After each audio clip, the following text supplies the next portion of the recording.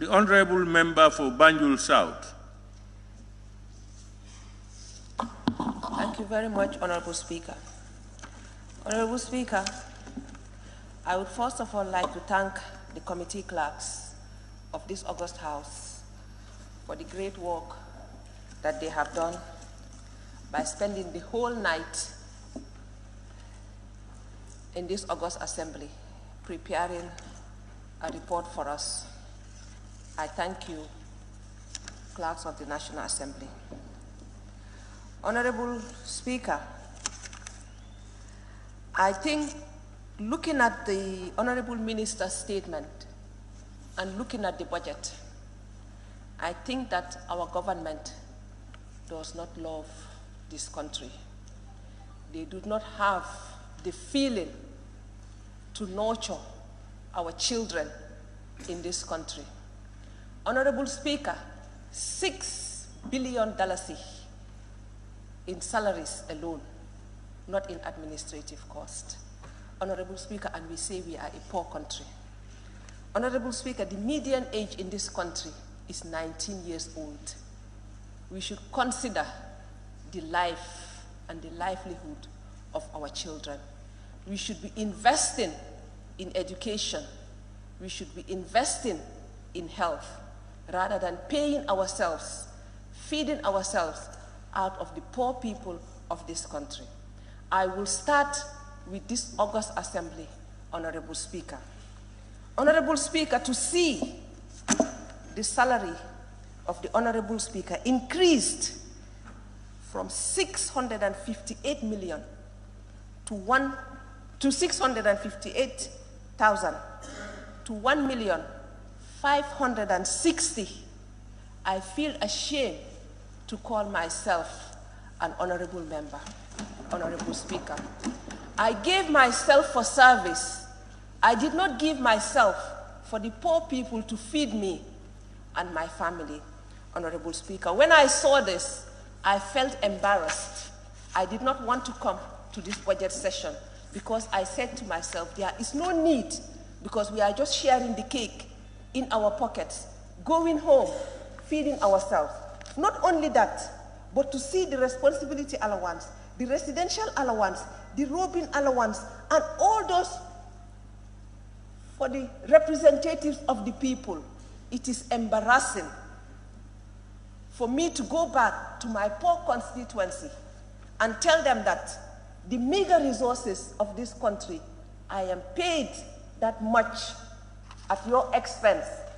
I took an oath, Honorable Speaker, to serve and to give back to my society, not to enrich myself. And even if I go to the Constitution, Honorable Speaker, it says that we shouldn't deliberately enrich ourselves. And increasing our salaries is deliberately enriching ourselves. And that is an embarrassment. I think as a National Assembly, we should not accept any salary increment. It was in this August Assembly that we sat and discussed the salaries of the ministers and denied them, even though they went behind our backs and increased it. That is their problem. We offered ourselves for service, Honorable Speaker. We were not appointed. We were elected, and we offered ourselves, Honorable Speaker. And I think we should think of our people when we do the budget. I'm not allowing you to observe me. I don't have that time. When you are on your own feet, observe yourself, please. Thank you. Honorable Speaker, when we go to the office of the President, Honorable Speaker, I have seen new units, ICT units, being established at the office of the President. The office of the President has, I think, whatever they call it, the person that does her public speech or whatever, that lady. Why would he need another ICT? Why would the Honorable, His Excellency want 6 advisors? How many ministers does he have in addition to the new ministries?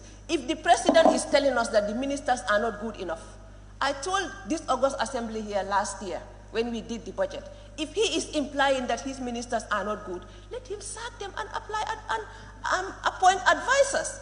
The ministers, according to our constitution should be competent enough to advise him on any policy under their ministries. And if they are not good enough, and if that is what he's implying, that they are not good enough, let him sack them and appoint advisors in their place.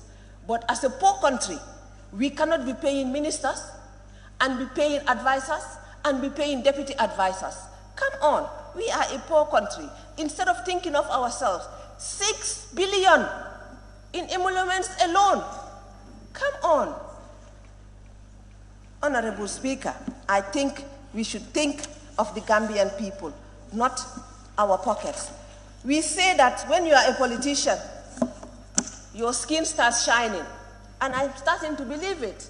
Once you are appointed a minister, before 2 months, you marry a second wife. You start buying homes abroad. Come on, at the expense of who? At the expense of the poor Gambian?